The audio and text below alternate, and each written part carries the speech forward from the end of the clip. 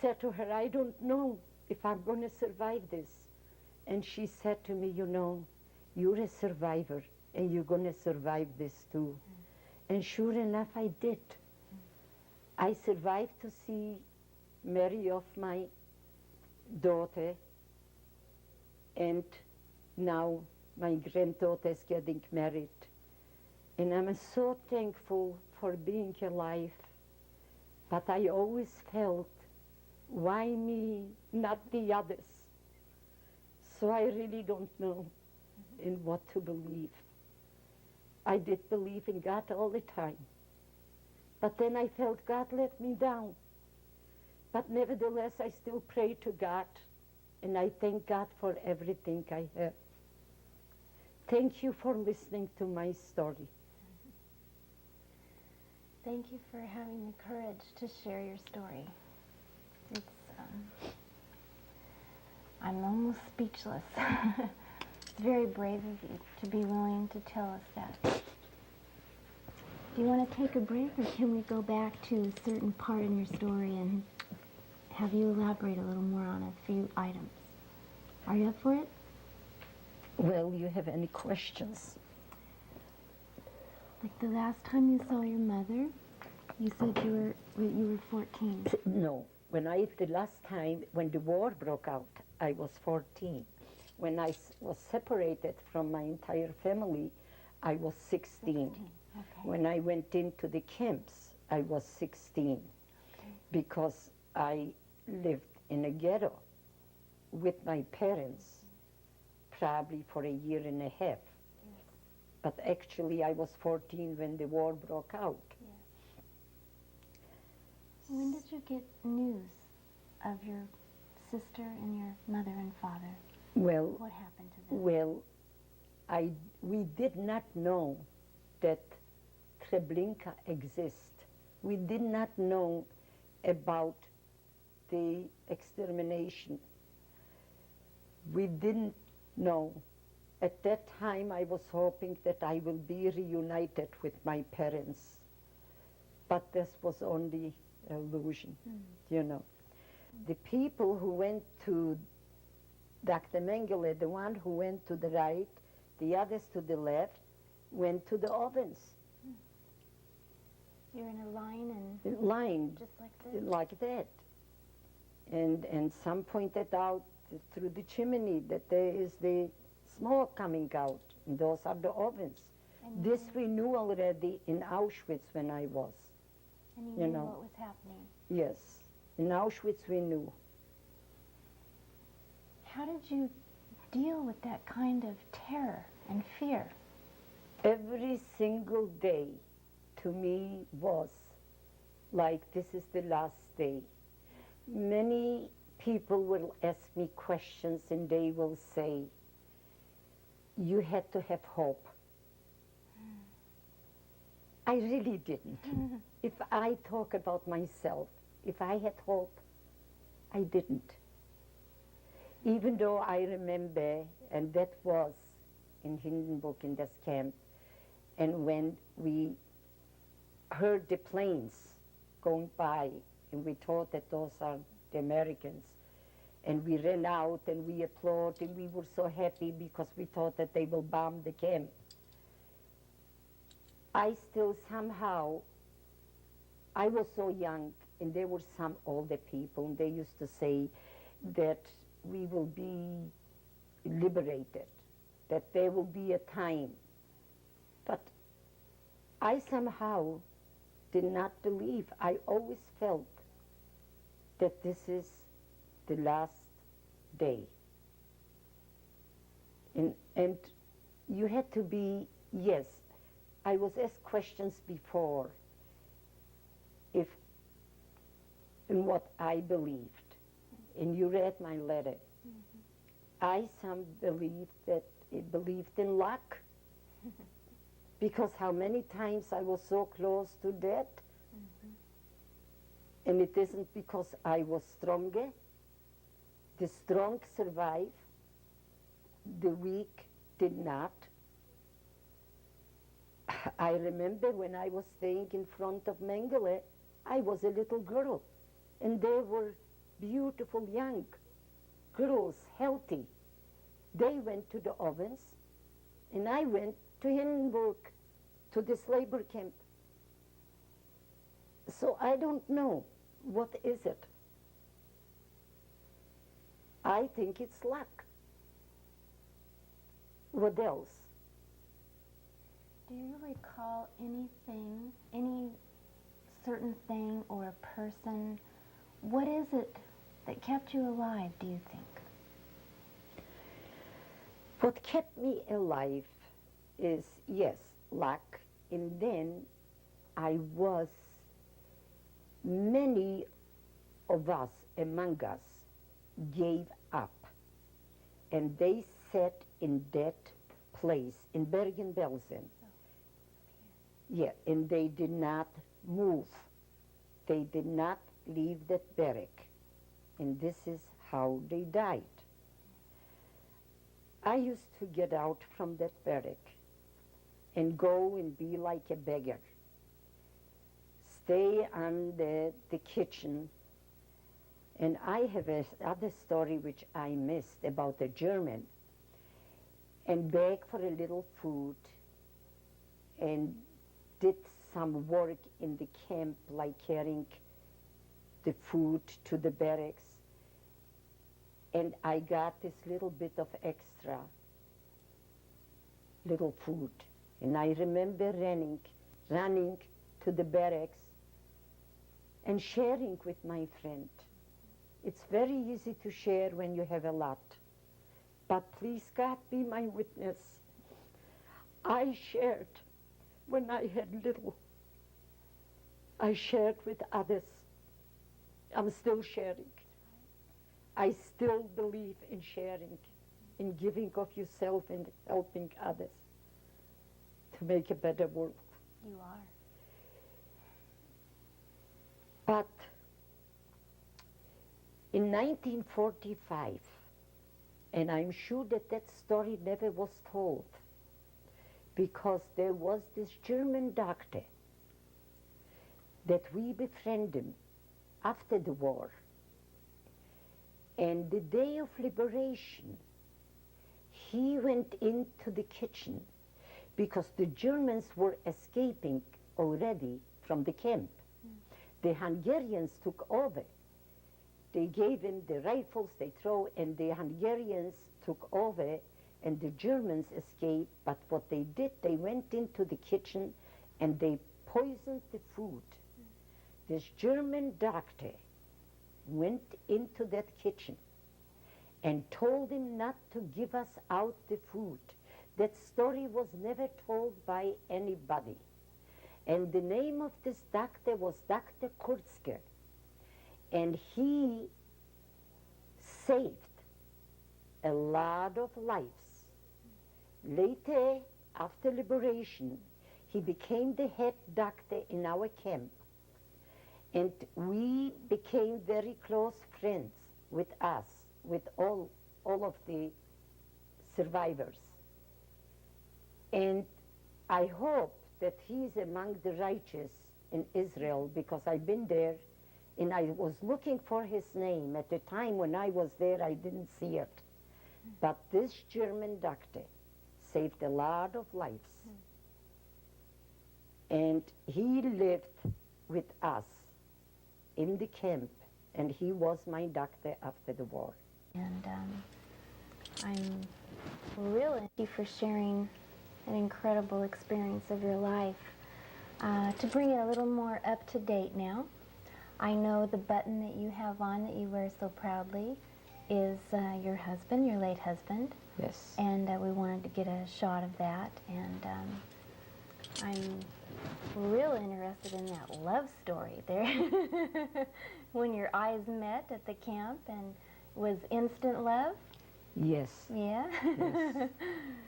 Yes. And so there's a certain bond, obviously, Yes. that you have and still Yes. carries with you today with Yes. other survivors. We built a life together. We came out from a camp, like I mentioned before. We both had nothing, but we were very happy to be alive. And We have a beautiful family. But, like I mentioned to you, my husband passed away. It's almost, it's 10 years, yes. But I met a man in Palm Springs 7 years ago who is also a survivor. And we are together. Right at the moment, he's very sick. But we had a beautiful relationship. And because we went through so much pain, he lost his wife, I lost my husband.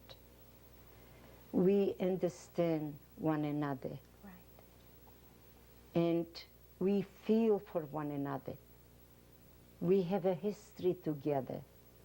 And that's why our relationship is so strong.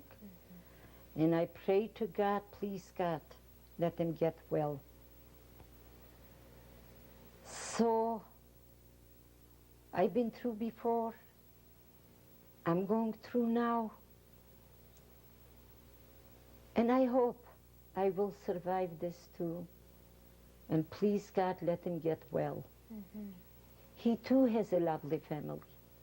And he too built his life in the United States when he came to this country very young and did everything on his own. And all I can pray is wish for him to get well. Eva, are there other survivors that you stay in contact with? Yes. Were they from your camp? Yes, some from my camp.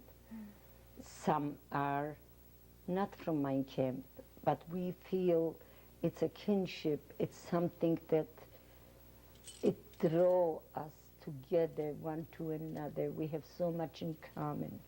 We often talk about our lives and what we all went through. And then how happy we are here now, being in the United States. And God gave us our life back. Thank you, God. Absolutely, I'm thankful too. I know very recently Steven Spielberg, 3-4 years ago, came to your home. Yes. And did a documentary. Yes. What was that like? Well, every time I speak of my experiences, it's very painful for me. It's reawakening my horrible, horrible memories. Like I mentioned before to you, that we must remember the dead and educate the living. Because I wished and I hope that the world should never, never forget. Because I will always remember. So it is a hardship when I speak of all the experiences, the horrible experiences that I endured in my life. But I think I became a better person. I appreciate everything that I have. I'm not talking right now about material things. I appreciate life. How would you describe yourself? A very happy person. Very energetic. I always like to do and go places and experience different people and be with people. I love people. I love people. I will show you later a gift from my children, but they gave it to me. And you will hear what they think of me. Okay. I'm always happy, I'm always Yes. appreciating life. And life is beautiful every single day. We should be thankful for every day. Is that Because- your motto? Yes, because you never know what tomorrow will bring. Right. Today is your day, so hold on and do the most with it. That's all we know for sure that we have. Yes, today is yours. It seems like to me, the same way in the camp, how you forced yourself to get up To get every up and day go out, yes. is why you lived. And now also, you're forcing yourself to speak of the horrific things that you went through so others can learn and not forget. Because we can learn an awful lot from your story. I know I have today. Thank you, I really have. thank you. Thank you for being kind. Oh. If you could change anything at all from your past, would you? And what would you change? Well, I don't understand that question. Because if I could change, I would love to have my husband. If I could change, I would like to have my parents, my family. You can't turn the clock back. I wish I could. I would. But none of us can. Right. So we have to go forward and keep your head up high. You have mental toughness, don't you? Yes, yes. Maybe because what I went through in life.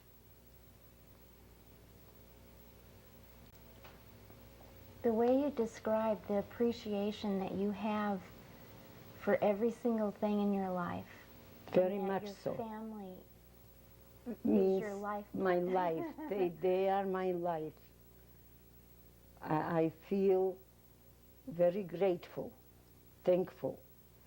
And most of all, I'm proud of my family because my family, my children, grandchildren, I don't know if I'm going to take the credit or give my children, I instilled in them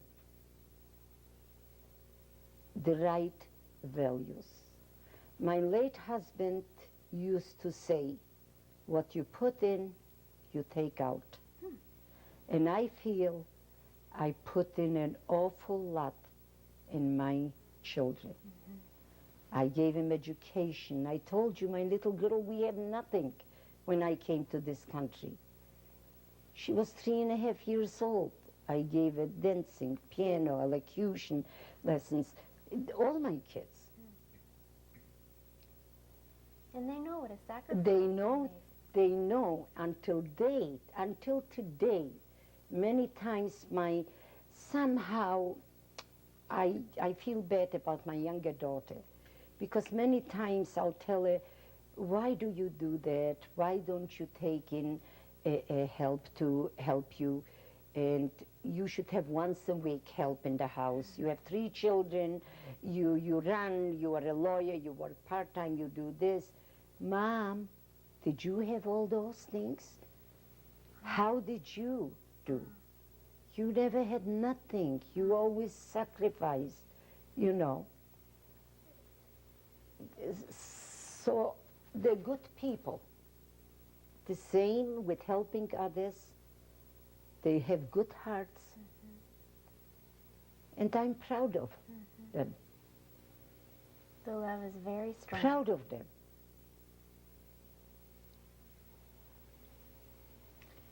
Do you mind if we show your numbers? What do you call this? Do you call it tattoo? Tattoo, yeah. And I thank you for showing that. What did you had imagined your life would have been like? Even think of a future. It didn't enter my mind. I had everything that a youngster hoped for. If I'm thinking now, I almost was spoiled. If I think back that I became a mother, you know. My life probably, who knows what would happen. None of us know really if or what could happen in our lifetime. Let's show another picture. Let's show this one of your family now.